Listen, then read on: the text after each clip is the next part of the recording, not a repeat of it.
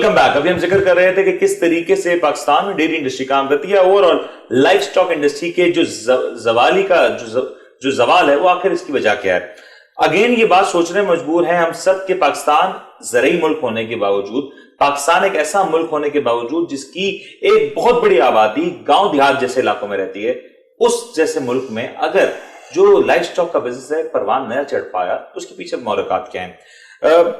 आगा साहब जरा बात को कंटिन्यू कर लेते हैं। ये जो जिक्र हो रहा है पाकिस्तान में इस वक्त जो दूध की क्वालिटी है, लोग परेशान हैं। आज दुकान पे चले जाएं तो लोग देखते हैं कि जो दूध की हर चौथे पांचवें दिन बाद कोई नई दुकान खुल रही होती है। कुछ अरसे बाद दूध का जो कारोबार है एक्सपैंड करता नजर आता है। एसोसिएशंस कहती हैं, फार्मर्स कहते हैं कि जो दूध का जो कारोबार है वो उतना मुनाफा बख्श नहीं है।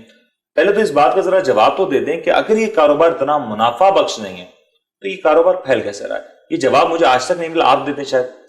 नहीं, ये इस सवाल के अंदर बहुत से जवाबात हैं, मगर ये कहना नामुनासिब है कि डेयरी इंडस्ट्री खत्म हो रही है या बैक साइड जा रही है। मुझे तकरीबन 13 या 14 ईयर्स हो रहे हैं कि जब मैं तो कह नहीं रहा बैक साइड जा रही है, मैं तो कह रहा हूं ये बढ़ रही है।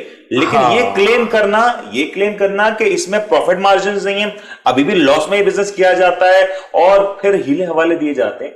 अगर ये लॉस मेकिंग यूनिट है तो ये बढ़ कैसे सकता है, मुझे इस बात का जवाब। मैं दो अल्फाज इसमें कहूंगा कि आपने जो सवाल किया है, देखें बेसिकली प्रॉब्लम क्रिएट होता है हर घर का, हर फार्म के राशन से।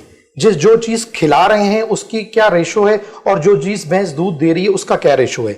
यहां पर जो डेयरी फार्मर हैं उनका एक लाइन वर्थ थोड़ी सी कमजोर है क्योंकि एक स्ट्रक्चर मौजूद नहीं है। अगर ऐसा ना होता तो दुनिया इस टाइम पे, पाकिस्तान इस टाइम के अंदर बाहर मुल्क से भी गायें लेकर यहाँ पे मैनेज कर रहे हैं। अब डेयरी फार्म सेक्टर तो इंप्रूव हो रहा है, बढ़ रहा है, कमजोर तो कहीं पर भी नहीं हो रहा है। दूध की क्वालिटी बढ़ रही है, जानवर की प्रोडक्शन बढ़ रही है। कुछ प्रॉब्लम है वो मैं हाईलाइट करना चाहता हूं। प्लीज। मैं ये कह रहा हूं कि फर्स्ट ऑफ ऑल हम अगर अपने जानवर के बच्चे को जो पहले दिन से ज़िबा कर देते हैं, जो कि मैं 10 साल से मुख्तलिफ चैनल पे आकर टेलीविजन पे भी और न्यूज पे भी मैं कह रहा हूं बार बार कि हम अपने बच्चे को ज़िबा करने की वजह से 2.5 लाख पर पहुंच गए।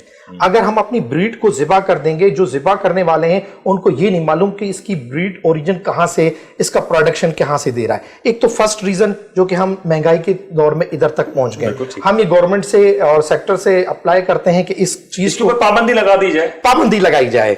सेकेंड ऑफ दैट के लाजमी है इस टाइम पे जो 40+ राशन जा रहा है, कि केजी की बात कर रहा हूं मैं, उसको देखें 1,20,000 टन डेली हम लोग दूध ले रहे हैं। 1,20,000 टन अगर हम दूध ले रहे हैं तो कराची अल्हम्दुलिल्लाह पाकिस्तान का मेन सिटी है, एक वर्ल्ड सिटी में आता है। तो यहां पर मेजर सिटी के अंदर जो कि सहूलियात फार्मर को मौजूद होना चाहिए, अवेयरनेस देना चाहिए, वो इस टाइम लैक ऑफ इंटरेस्ट है अदर प्रोविंस के हिसाब से। पंजाब हमारे साथ ही है, मगर पंजाब के पास डेयरी डेवलपमेंट एक बोर्ड बना था। अनफॉर्चुनेटली डेयरी डेवलपमेंट में ने तो कुछ नहीं कर पाई, वो फेल गया। पंजाब और सिंध में कोई आपको डिफरेंट नजर आता है दोनों कैटल फार्मिंग इंडस्ट्री के अंदर? बहुत आता है, बहुत आया भी है। उसके पंजाब की बेहतर है या सिंध की बेहतर? देखिए, अगर दूध की क्वालिटी कहेंगे तो वो सिंध बहुत जोर है। दूध की सिंध की क्वालिटी बेहतर है, बहुत बेहतर है। पंजाब में जानवर की क्वालिटी, जानवर की क्वालिटी जरूर है, दूध की क्वालिटी नहीं कह सकते। क्या वजह है इसकी? फैट की वजह है। दूध की दुकान पर जो दूध बिकता है वो दोनों क्वालिटी का वो लोग रखते हैं, एक 100 बिलो रखते हैं, एक 100+ में रखते हैं। तो वो बोल कर देते हैं कि ये दूध ये भी है, ये दूध भी है। यहाँ पे कराची में डिफरेंशिएट है, आपको जैसा दूध है वैसे ही मिलेगा। लेकिन कराची में एक डिफरेंशिएट ये भी तो आ गया ना अगर साहब के कराची में पहले सिर्फ दूध मिला करता था। अब आप दूध की दुकान पे चले जाएं, बड़ी बड़ी दुकानों पे चले जाएं, तो वहां आपको गाय का दूध मिलेगा, आपको भैंस का दूध मिलेगा, आपको ऊंटनी का दूध मिलेगा, आपको ऑस्ट्रेलियन गाय का दूध मिलेगा। तो आवाम ये परेशान हो जाती है कि आखिर अब हम कौन सा दूध लें, क्योंकि इन दी एंड जब क्वालिटी की बात आती है तो जो क्वालिटी प्रोवाइड की जाती है, वो जो 130 रुपए के दूध की बात, वो उसमें वो शायद वो मामला नहीं दिखाई देते। 160, 70, 180 रुपए वाला जो दूध होता है वो अच्छी क्वालिटी का करके बेचा है, तो वहां भी डिफरेंशिएट तो आ रहा है। बिल्कुल, अल्हम्दुलिल्लाह आपने खुद ही आंसर दे दिया जवाब का कि कराची के जो दूध है वो हाई, पूरे पाकिस्तान क्या पूरे एशिया के अंदर सबसे हाई क्वालिटी पाकिस्तान के दूध में आ रही है। पाकिस्तान की बेसिकली कराची के अंदर आ रही है, ये तो आपने खुद ही आंसर दे दिया। अब कैमल का हो गया, वो डिफरेंशिएट काऊ का हो गया, वो अब घरों में एक चीज आ रही है कि हमें लो फैट का मिल्क चाहिए। तो लाजमी है भैंस के और गाय के दूध में थोड़ा फैट परसेंटेज का फर्क होता है, वो लेकिन आज से कुछ अर्सा पहले ऑस्ट्रेलियन गाय का दूध मिलता था। आज से कुछ अर्सा पहले क्या पाकिस्तान ने गाय भैंसें इंपोर्ट की थी जो इस बार की जा रही है? नीड ऑफ पीपल, जैसे कि पॉपुलेशन इंक्रीज हो रही है तो दूध की प्रोडक्शन को भी हमें मेंटेन करने के लिए ये सारी चीजें हो रही हैं। अच्छा, प्रोडक्शन मेंटेन करने के लिए। लेकिन ज़करिया साहब, जो ओवरऑल देखें तो पाकिस्तानी जो ब्रीड है वो आखिर ब्रीड कहां चली गई? वो जो भैंसें जो हम दुनिया को एक्सपोर्ट किया करते थे वो भैंसें कहां चली गई?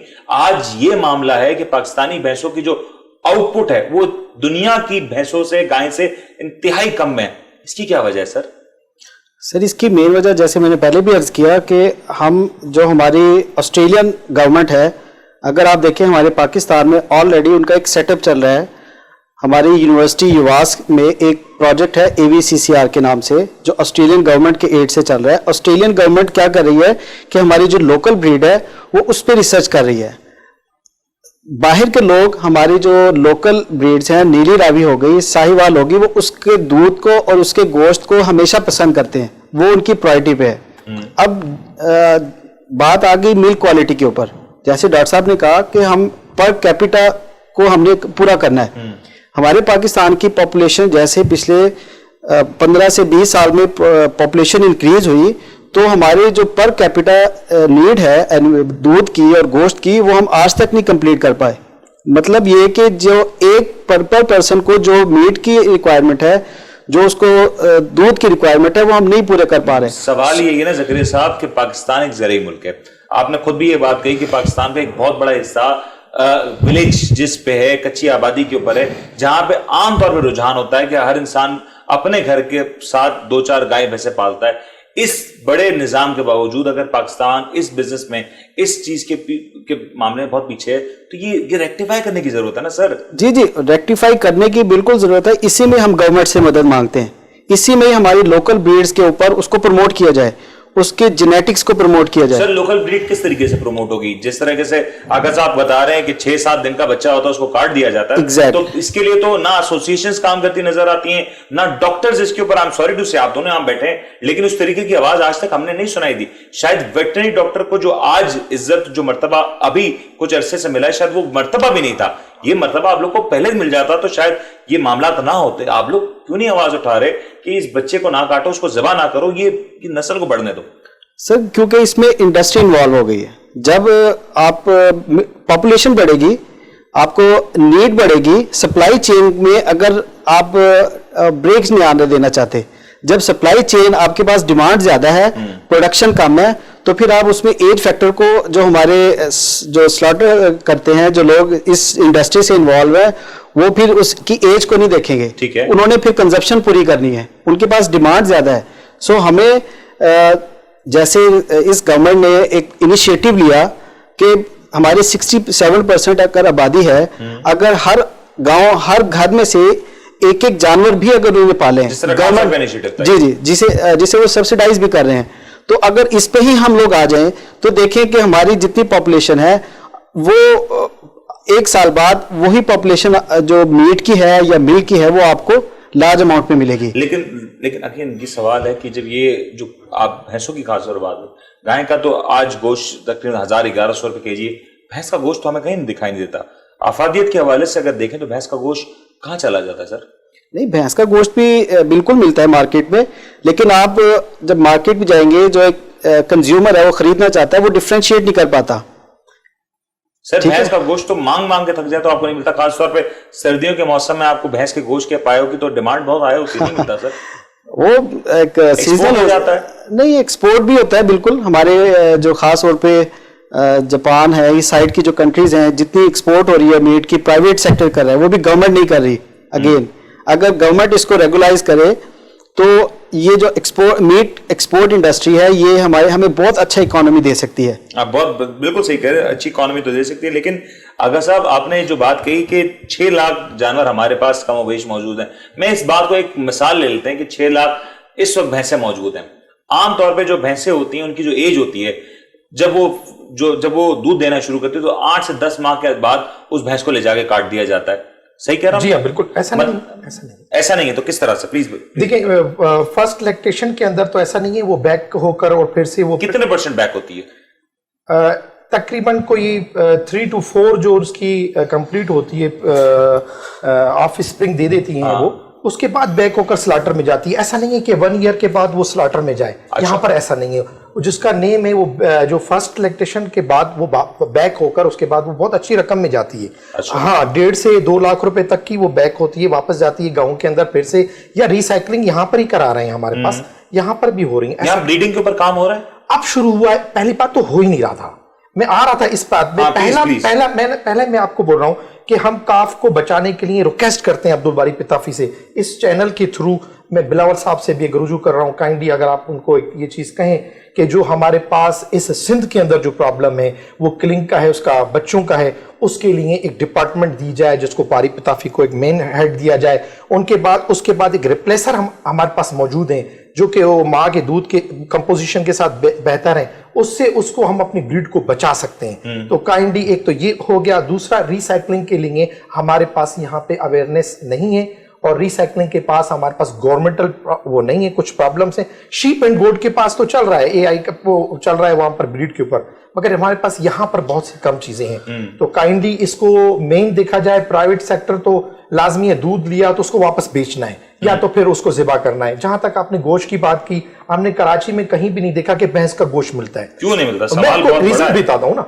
भैंस का गोश्त बेसिकली जो कराची के बहुत हैवी मार्केट है, निहारी वाले हो गए और आपके जो कबाब सेंटर हो गए, जो ये कबाब सेंटर हो गए और निहारी वाले हो गए, ये जो लज्जतें आप लेते हैं ये भैंस के गोश्त की होती हैं। अच्छा, ये दुकानों पे तो नहीं मिलते हैं। दुकानों पे गोश्त पे तो आप बछिए का ले लें, बछड़े का लें, आपके 2 मन का हो गया, 2.5 मन का होगा, वो स्लाटर होकर मिलते हैं। भैंस का गोश्त तो लिमिटेड होता है। अब आपने ये सवाल करना है कि 6 लाख जानवरों में से जो स्लाटर होती हैं वो डेली वेजेस को होती हैं, स्लाटर हाउस बहुत बड़े हैं, सही, ठीक है। अब स्लाटर होके भैंसें कहाँ जा रही हैं? ये तो बंदी हुई है उन लोगों की, पर 2 टाइम यहाँ पे स्लाटर होती है वीक में, और वो दोनों टाइम पे जो है ना वो कबाब हाउस ले जाते हैं या निहारी वाले ले जाते हैं। मतलब आमतौर पे ये जो मीट है ये क्वालिटी मीट है, ये आवाम को मिलता ही नहीं है। हाँ, मैंने खुद देखा है स्लाटर हाउस में जाकर कि जो लोग कबाब हाउस वाले ले रहे हैं वो विदाउट बीमार लेते हैं, सेहतमंद लेते हैं। अच्छा, हाँ, ये मेरे उनसे कोई दुकानें तो नहीं है, मैंने खुद ऑब्जर्व किया है। मेरा सिस्टम कुरैशी बरादरी से भी है जो कि सेलिंग करते हैं, वो अपने फार्म की जी गुलजार कुरैशी वो सेलिंग करते हैं, मगर अपने फार्म की बीमार भैंस को नहीं देते, वो लोग नहीं लेते। ठीक है, ऐसा सेहतमंद लेते हैं। ऐसा कुछ भी नहीं है। आपकी निहारी हो गया, आपका कबाब हो गया, ये भैंस के गोश्त का है। मतलब ये एटलीस्ट ये बात बिल्कुल पॉजिटिव है कि अगर फार्मर्स में इस बात का भी सेंस प्रिवेल होने लगे तो हमारी जो सेहत है वो मजीद बेहतर हो सकती है।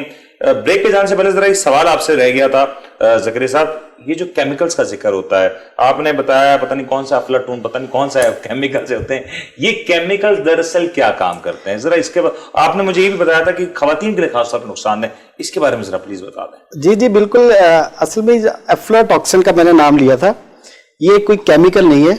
अच्छा, पहले तो मैं आपको क्लियर कर दूं, अफ्लाटॉक्सिन बेसिकली खुराक से, एनिमल जो को आप खुराक दे रहे हैं उससे एक बॉडी के अंदर प्रोड्यूस होता है जिसको B1 का नाम दिया जाता है, जो आपके मिल्क में ऐड है, जब मिल्किंग करते हैं तो उसमें इसको M1 का नाम दे दिया जाता है। अब ये एक बड़ा वास्ट इस पे स्टडीज हो चुकी हैं, रिसर्च हो चुकी है, यूनिवर्सिटीज इस पे बड़ा एक्टिवली रोल प्ले कर रही हैं कि हम अफ्लाटॉक्सिन को कंट्रोल करना है, हमने मिल्क में M1 नहीं आने देना, क्योंकि जब कैंसर के ऊपर स्टडी हुई यूरोप में या हमारे पाकिस्तान में, तो उसमें वन ऑफ द मेजर जो काज निकली गई तो वो ये अफ्लाटॉक्सिन एक काज निकली।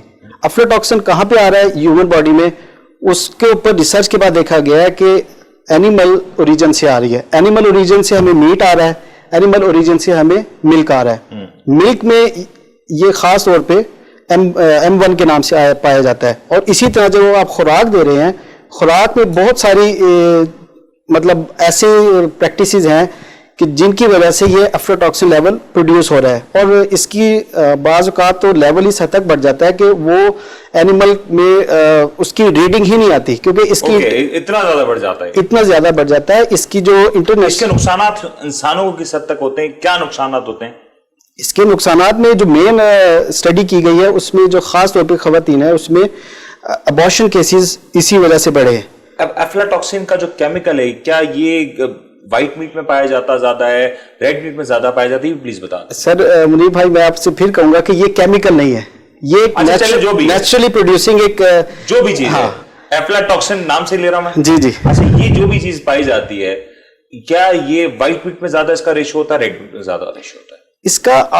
इसका रेशो होता है खुराक में, जो खुराक आप दे रहे हैं। आप डॉक्टर हैं सर, जी जी साहब, आप मुझे ये बताएं ना, आप के जो कराची में, चल आसान कर लेते हैं, जी जी, अगर मुर्गी खाई जाती है उसमें आमतौर पर इन जनरल क्या एफ्लाटॉक्सिन का जो रेशो होता है वो ज्यादा होता है, कम होता है? मैं फार्मिंग मुर्गी की बात कर रहा हूं। ये बिल्कुल पाया जाता है। मैंने आपको बताया कि ये एफ्लाटॉक्सिन एक एनिमल सोर्स से आ रहा है। तो ये बनता क्यों है कि जो हम खुराक दे रहे हैं, जो हम फंगल, अगर आप एनिमल को फंगल ग्रोथ वाली या फंगल से अफेक्टेड डोज खुराक आप उसे देंगे, तो ऑब्वियसली इसमें ना व्हाइट मीट आ जाता है ना रेड मीट आ जाता है। ये एफ्लाटॉक्सिन आपको पाया जाएगा। हमें जरूरत यह है कि जो खुराक हम दे रहे हैं एनिमल को, उसमें ये जो टॉक्सिन है, इसको माइक्रोटॉक्सिन्स हमारी जो खुराक से नहीं आना चाहिए। अगर आप खुराक से कंट्रोल कर रहे हैं तो ये दूध में या गोश्त में कंट्रोल होता है।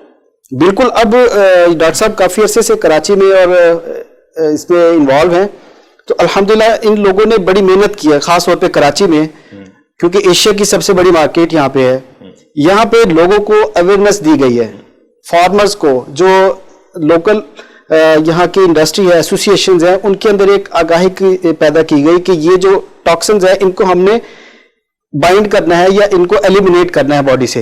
तो उसके लिए बेसिक नॉलेज जो था, जो ग्रास रूट लेवल से लेके एंड मिल्क में आने तक, वो सारा नॉलेज दिया गया कि आप कैसे मिल्क में इसको अवॉइड कर सकते हैं। इन्होंने खुराक का पैटर्न चेंज किया, इन्होंने न्यूट्रिशन की तरफ लेके आए लोगों को, जो पहले सिर्फ इंजेक्शन या हार्मोनल थेरेपी पे चल रही थी।